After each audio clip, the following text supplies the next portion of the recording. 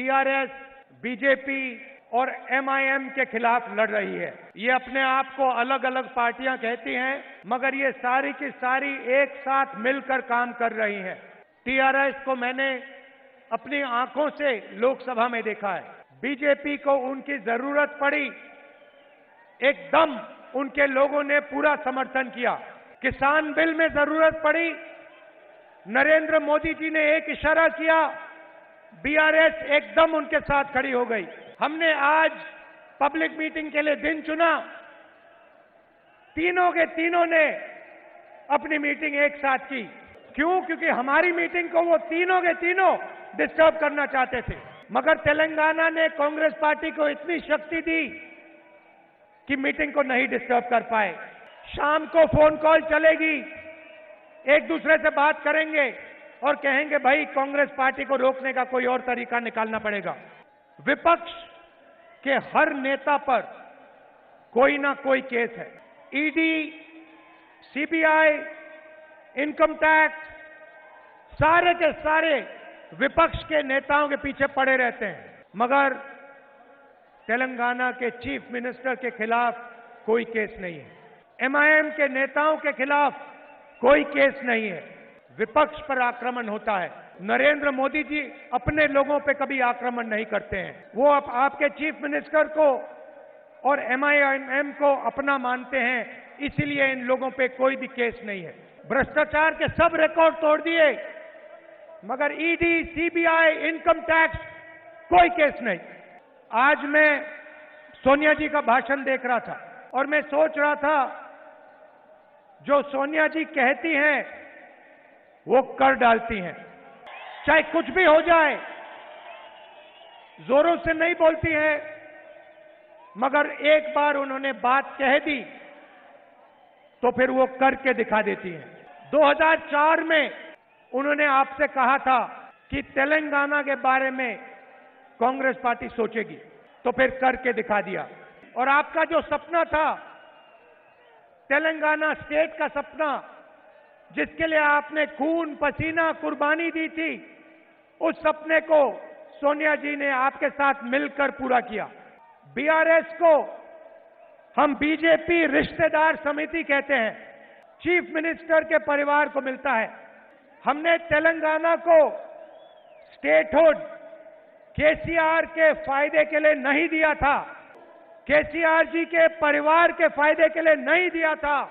हमने तेलंगाना को स्टेटहुड तेलंगाना के गरीबों के लिए, किसानों के लिए, माताओं के लिए, मजदूरों के लिए दिया था। और पिछले 9 सालों में तेलंगाना के गरीब लोगों को, किसानों को, मजदूरों को, छोटे दुकानदारों को, महिलाओं को, युवाओं को फायदा नहीं पहुंचा। हमने पहले आपको तेलंगाना की स्टेटहुड की गारंटी दी थी, और जो हमने कहा, जो सोनिया जी ने कहा था, वो कांग्रेस पार्टी ने आपके साथ मिलकर पूरा किया।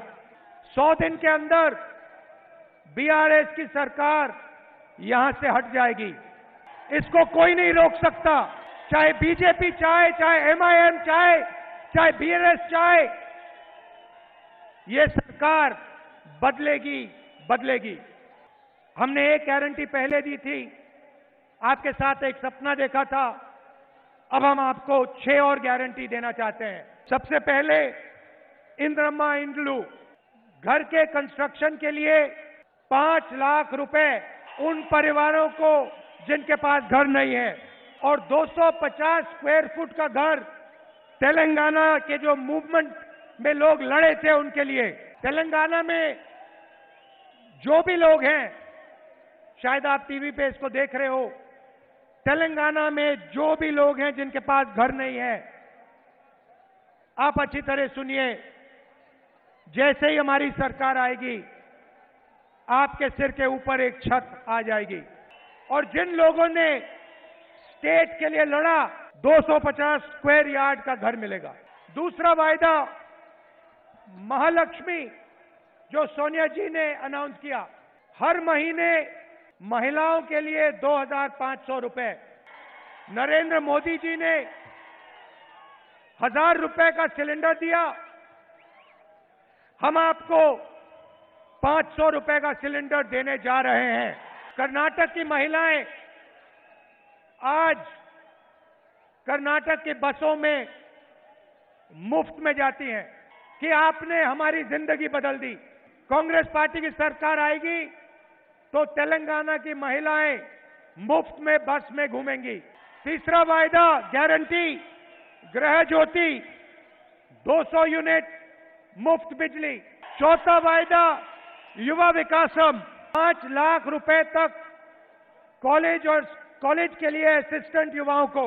पांचवा वायदा 4,000 रुपए मंथली पेंशन हमारे बुजुर्ग लोगों को।